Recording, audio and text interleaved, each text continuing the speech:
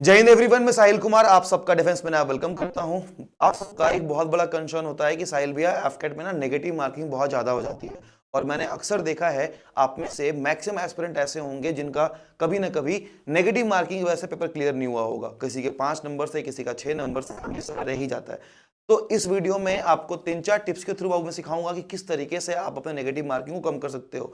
Practical तरीके से यहाँ पे जो अपने गुरुकुल के बच्चे होते हैं ऑफलाइन, उन पे इम्प्लीमेंट करके देखा है और बहुत काम आता है। तुम्हें बहुत हेल्प मिलेगी, मैं बता दूंगा। सबसे पहले ना हमें रूट जानना है।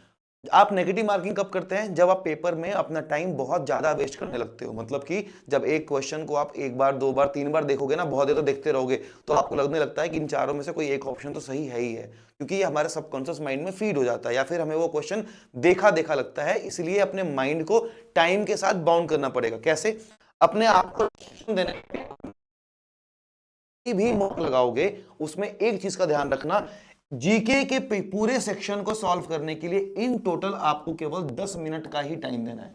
10 मिनट के ऊपर जीके में आप मतलब 25 क्वेश्चन 10 मिनट के अंदर आपको देख लेने हैं। अगर छूट जाते हैं तो आगे बढ़ जाओ, कोई बात नहीं। Same goes with English. English में आपकी स्पीड इतनी अच्छी होनी चाहिए कि आप 20 मिनट के अंदर अपने 30 क्वेश्चन निपटा लो।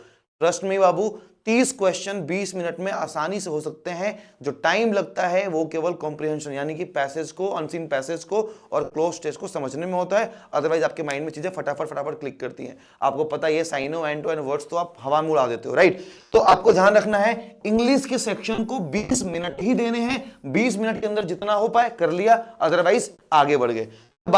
रीजनिंग की, रीजनिंग में आपके 25 क्वेश्चन होते हैं। 25 क्वेश्चन को आप 30 मिनट के अंदर टारगेट करोगे, यानी कि 3 सेक्शन का जो पेपर है, यानी कि जीके, इंग्लिश और रीजनिंग, ये आपका 1 घंटे में खत्म हो जाना चाहिए। जैसा मैंने पहले की वीडियोस में बताया था कि जब आप इस सेक्शन को अटेम्प्ट भी कर रहे होगे तो पहली प्रायोरिटी ये होगी कि वो क्वेश्चन कर लेना जो बिल्कुल सही हो, जो बिल्कुल आपको आते ही आते हो, और जो आपको थोड़ा डाउट लग रहा हो उनको मार्क करके स्किप करते जाओ, स्किप करते जाओ। 1 घंटे के अंदर आपका ये पूरा पोर्शन खत्म हो चुका है। अब बात करते हैं मैथ्स की।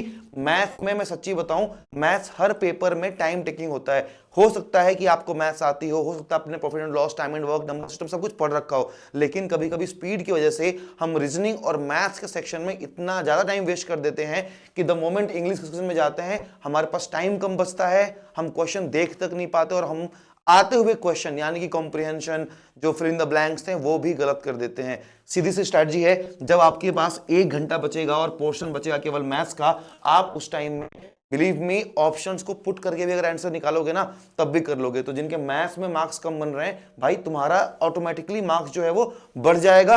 पहली चीज, क्योंकि बहुत सारे क्वेश्चन ऐसे होते हैं जो सुपर इजी होते हैं, बट टाइम बाउंडेशन की वजह से आपका दिमाग नहीं काम करता। तो और इसी 1 घंटे में आपके पास जो टाइम बचेगा, आप वापस से इन सेक्शन को रिपीट करके उन क्वेश्चन पर रिस्क ले सकते हो जिन क्वेश्चन को आपने छोड़ा था। इस चीज को इंप्लीमेंट करके देखना, ट्रस्ट में आपके मार्क्स 20-30 नंबर बढ़ जाएंगे, क्योंकि आपके नेगेटिव जो है वो बहुत कम हो जाएंगे। जब आपके पास सोचने का टाइम नहीं होगा तो आप फालतू ओवरथिंक नहीं करोगे और ओवर अटेम्प्ट भी नहीं करोगे। This is harsh reality. Over attempt करने की वजह से बहुत सारे बच्चों का पेपर क्लियर नहीं होता। आप में से बहुत सारे लोग ऐसे सेम महसूस करते होंगे। बाकी आपके लिए एक मॉक डिफेंस में नहीं है ऐप पे, पहला मॉक जो है वो फ्री ऑफ कॉस्ट अपलोड करा ऑनलाइन कोर्सेज में, मॉक सेक्शन में ढूंढ लेना। मतलब ना इतना नहीं बताऊंगा, ग्रेजुएट बच्चे हो, पर आप एक मॉक दे सकते हो, दे के देखना और कमेंट से मुझे बताना कि आपको इंप्रूवमेंट मिली कि नहीं मिली। Thank you so much. जय हिंद।